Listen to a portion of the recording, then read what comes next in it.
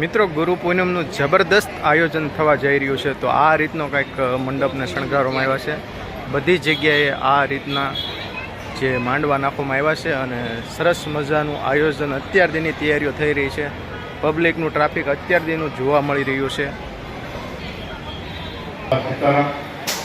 હવે અત્યારે જે દર્શનાર્થી બહેનો ભાઈઓ પધાર્યા છે વિનંતી દર્શન કરી અને દરેક મહેમાનો પ્રસાદ લેવા માટે.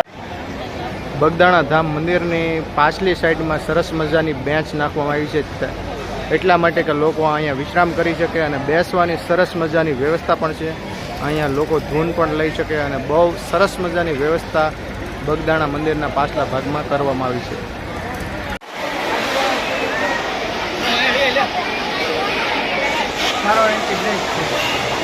એક ટૂર પણ આવેલો છે અને ઘણી બધી સ્કૂલથી સ્ટુડન્ટો આવેલા છે અને હજી 3 દિવસની ગુરુ પૂનમની વાર છે, પણ અત્યાર દીની લોકોની ભીડ તમે જોઈ શકો છો.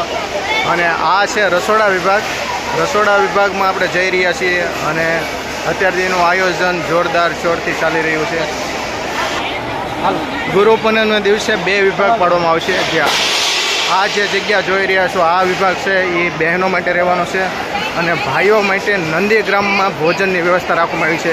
એ એક્ઝેક્ટ જે બહારનો ગેટ જઈ રહ્યો છે તે બાજુ છે અને નંદીગ્રામ અહીંથી પોલી સાઈડ છે.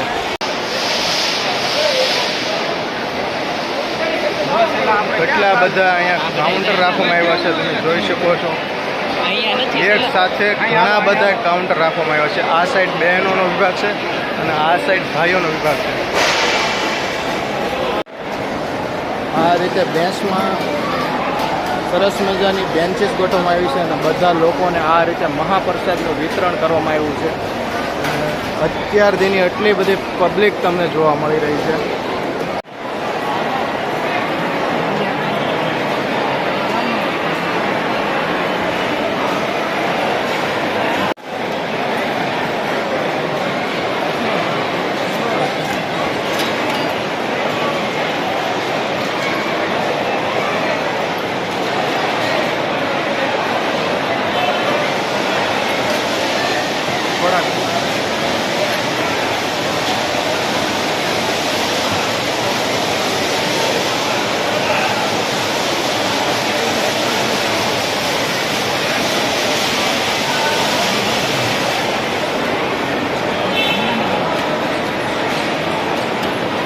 મંદિરની બહાર સરસ મજાનું બૂટ ઘર છે, ત્યાં તમે બૂટ સંપલ મૂકી શકો છો અને પછી મંદિરના દર્શન કરી શકો છો.